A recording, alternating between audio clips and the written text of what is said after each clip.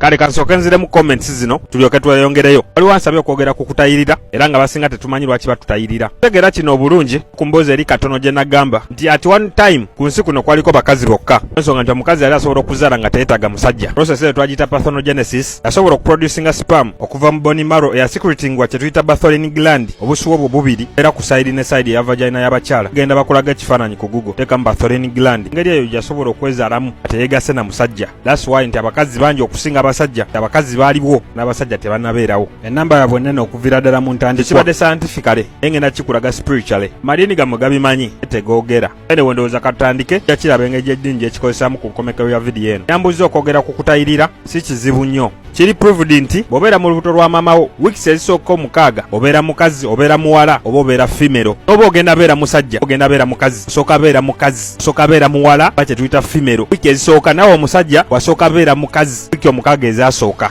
XY chromosome tennaba kickinga in obanga tennaba kuyingira babeera ku XX okumala wiiki 6 ezisooka. Eza ku early stage obeera female kubanga obeera olina XX chromosome. Oluvannyuma lwa wiiki 6 XY chromosome n'eryoka eyingira ati awo n'oditaminingibwa oba ogenda beera muwala ogenda beera mulenzi. Ng'osooka beera muwala kumala wiiki 6 nawe omusajja nawe omuvubuka alaba vidiyo eno okumala wiiki 6 ezasooka wali muwala. Eyo 7 XY chromosome n'eryoka eyingiramu balyoka bakulitamininga tikati ono mulenzi tikati ono muwala. Lwaki okumanya ekikula ky'omwana bamukebera wayiseewo wiiki 18 nga XY chromosome emaze okunyikira balyoka bagamba nti akaana kawala koyina oba kaana kalenzi koyina. Kati wiiki 6 ezo obeera okuzenga muwala. Propera safutayo ebeera teriiko.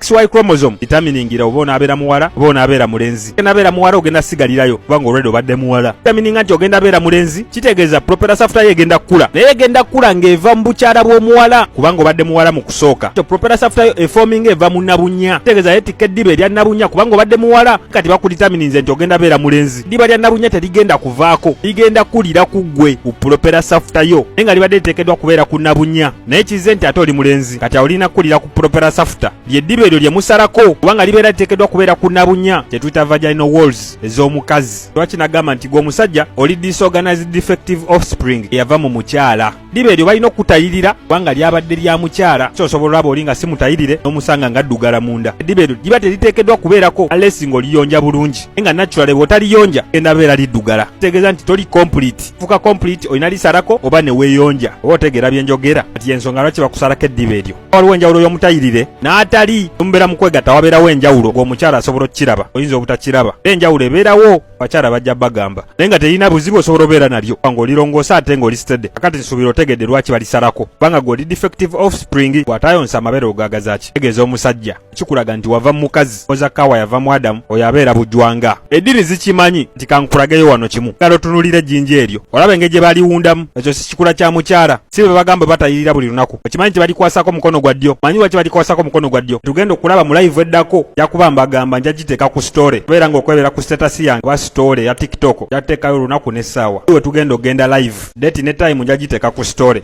n'olwekyo obeera ng'okeberako ku cha 9 eyes nkyakikolako information sinnamumalayo kyekyo wakinduddewo. Ndasooka nzizeko kye tuyita Yesu effect basinga mwalabye Bikira Maria oba wa n'olwekyo tulizaako kye tuyita Yesu effect nga basinga kye kitubonyaabonya. Positive energy always creates elevation. Peace and love to the gods and goddesses. Ashe ashe ashe. Tuziza abasookawo bakolanga batya kwewala embuto ze bali tebetegekedde gara kumala budde kubanga basinga comment eno mwagizeemu. Enzo okugamba kimu kyemanyiko manyi ojjukira ku mystery schools ze twasomera mu Egypt mu topic eyo twatunuulira ku mpapula ezimanyiddwa nga papyrus. Papyrus ze mpapula bajjajjaffe ze bawandiikira ddala ezikwatagana ddala ku bintu ebyenjawulo. Tugambe ng'ekitabo ekimanyiddwa nga kahuni the gynecologist papyrus. Kale ekitabo kino kikwata ku kuzaala kimu ekyo mukazi kye yeetaaga mu kuzaala byonna bibeera mu bitabo bino naye nga bwe nagamba nti abeeru baabisomola era ne babyetikka bennyini ne babyeguza batu ne babifuula byabwe nga bwe bakola ku bitabo biyita ebyeddiini. Oba otunuulidde ekitabo kye bayita Tora funze kye bayita Tanaka kiwandika bakopa ku the book of the dead. Lwaki oba mu sitole yaabwe Yesu taliimu nga bakimanyi Yesu taliiyo era okiraba nti si kitabo kya buli omu ni bannanyikyo Bayudaaya. Kwesanga ng'abantu abasinga obugagga n'amaanyi babeera Bayudaaya. Bayudaaya mwena mubamanyi muyita Bajuzi. Laba nga buli bizinesi Omuyudaaya agirinamu omukono. Mbadde nkuwa example nti ekyo kitabo specifically kya Bayudaaya kati mu ekyo ne bajjamu bino ebitabo ebirala. Kyekyo lwaki Omuyudaaya asobola osalira muzikiti gw'Abayisiraamu kino kiringa kopi ne boozaamu ne bapestinga. Oba ogenze mu Freemason ekitabo kyabwe kiringa ekinene kye bawonye ekitiibwa emanyiddwa nga Tora. Bafaayo oba oli musiraamu oba oli mukatoliki kugamba kyusa ddiini nedda okwaniriza toba kukyusa ddiini kubanga bakimanya eddiini yo neyo abali yemu just mwebuzaabuza bwebuzaabuza. Ezaako kulaga kiri bwe kiti nti Tora the main book